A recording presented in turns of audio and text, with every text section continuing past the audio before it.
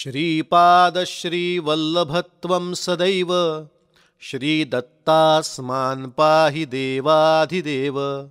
भावग्राह्यक्लेशहारिन् सुकीर्ते घोरात् कष्टादुद्धरास्मान् नमस्ते।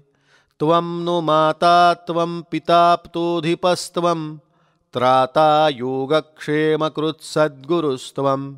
त्वं सर्वस्वं नो प्रभो विश्वमूर्ते घोरात् कष्टादुद्धरास्मान् नमस्ते।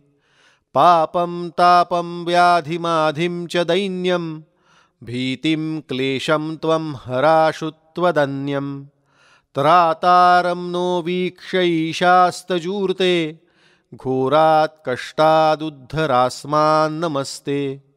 नान्यस्त्राता नापि दाता न भर्ता त्वत्तो देवत्वं शरण्योकहर्ता। कुर्वात्रेयानुग्रहं पूर्णराते घोरात् कष्टादुद्धरास्मान् नमस्ते।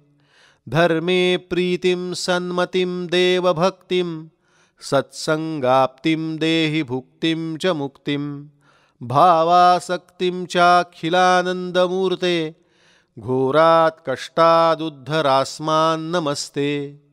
श्लोकपञ्चकमेतद्यो लोकमङ्गलवर्धनं प्रपठेद्नियतो भक्त्या स श्रीदत्तप्रियो भवेत्। इति श्रीवासुदेवानन्दसरस्वती स्वामी विरचितं घोरकष्टोद्धरणस्तोत्रं सम्पूर्णम्।